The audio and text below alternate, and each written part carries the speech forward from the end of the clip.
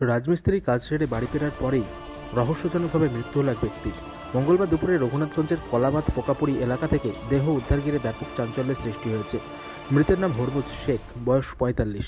ইতিমধ্যে দেহ উদ্ধার করে ময়নাতদন্তের জন্য জঙ্গিপুর হাসপাতালে মর্গে পাঠানো হয়েছে। পরিবারের সদস্যদের দাবি, আজ সকালেই আসানসোল থেকে কাজ সেরে বাড়ি ফিরেছে হরমুজ। তারপরেই হঠাৎ করে কেউ ডাক দিয়ে তাকে ২০০০ টাকা পাবে বলে দাবি করে। এরপর তাকে ডেকে নিয়ে যাওয়া হয়। তারপরেই রহস্যজনকভাবে নিখোঁজ হয়ে যায় ওই ব্যক্তি। এরপরেই স্থানীয় একটি নদীর ধার থেকে ভাসমান অবস্থায় তার দেহ উদ্ধার করে পুলিশ। টাকার প্রলোভন দেখিয়ে খুন নাকি মৃত্যুর নেপথ্যে রয়েছে অন্য কোনো কারণ, খতিয়ে দেখছে রঘুনাথগঞ্জ থানার পুলিশ।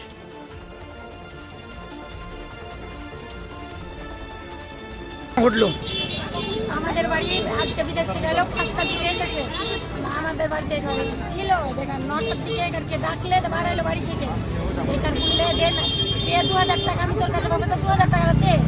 এখানে ওই ছেলেটা বলছে যে 2000 টাকা আমি দিব না, তুই চাপটার পিতা করে নিবি।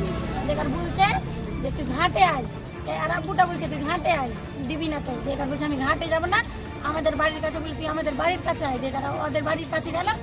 দেখা তারপরে শুনছি, তারপরে আমি ফোন করলাম 10টার দিকে, ওকে ফোন করছি লাস্ট 10টার দিকে ফোন। দেখো মানে ভাত খাবে না, বলছে ভাত খাবো না। না মানে কোনটা আছে বললে বাড়ির কাছে আছি, ইয়াই বললে আর উনি পাশে তার কোনো কথা মতো হয়নি না। কোথায় বডিটা উদ্ধার হয়েছে কোথা থেকে? আমাদের বাড়ির একটু জায়গায় নদীর ধারে, ওকে নদীর ধারে মেরে তো বাঁশ দিয়ে ই করে আটকে থুয়ে দিয়েছি।